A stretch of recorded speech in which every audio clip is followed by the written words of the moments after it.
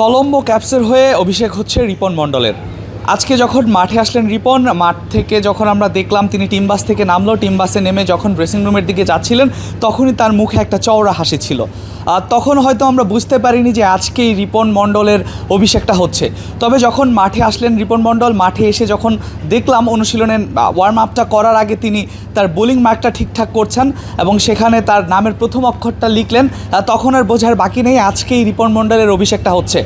এবং সবথেকে বড় কথা, আজকে রিপন মণ্ডল অভিষেকের আগে সৃষ্টিকর্তাকে যেভাবে স্মরণ করলেন, সৃষ্টিকর্তার কাছে হয়তো বা বলতেই চাইলেন যে আজকে তার অভিষেক হচ্ছে এই এলপিএলে, সেই অভিষেকটা যাতে সৃষ্টিকর্তা তাকে রাঙিয়ে দেন, তিনি যাতে একটা ভালো বোলিং করতে পারেন এবং ভালো বোলিং করে কলম্বো ক্যাপসের অবদান রাখতে পারেন কলম্বো ক্যাপসে, সেটাই আমরা তার কাছ থেকে আজকে দেখলাম।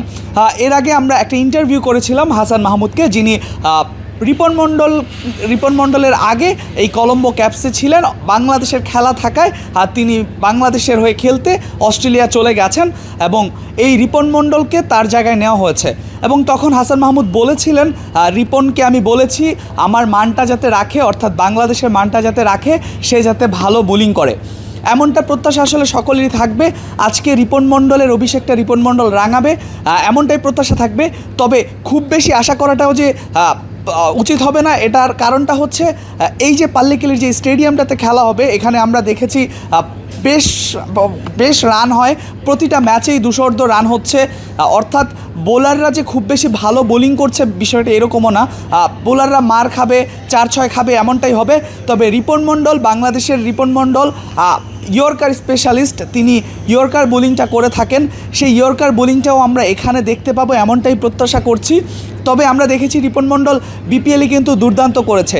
লাস্ট যে বিপিএলটা ছিল সেখানে তিনি প্রায় 17টা উইকেটের মতো পেয়েছেন এবং বোলিং ইকোনমিটা তার প্রায় 8-এর কাছাকাছি ছিল, কিন্তু সে কিন্তু দুর্দান্ত বোলিং করেছে। ক্যাপ্টেন নাজমুল হোসেন শান্ত, যে রাজশাহী ওয়ারিয়র্সের হয়ে খেলেছেন রিপন মণ্ডল, সেই রাজশাহী ওয়ারিয়র্সের কাপ্তান নাজমুল হোসেন শান্ত, তিনি কিন্তু রিপন মণ্ডলের উপর ভরসাটা রেখেছিলেন।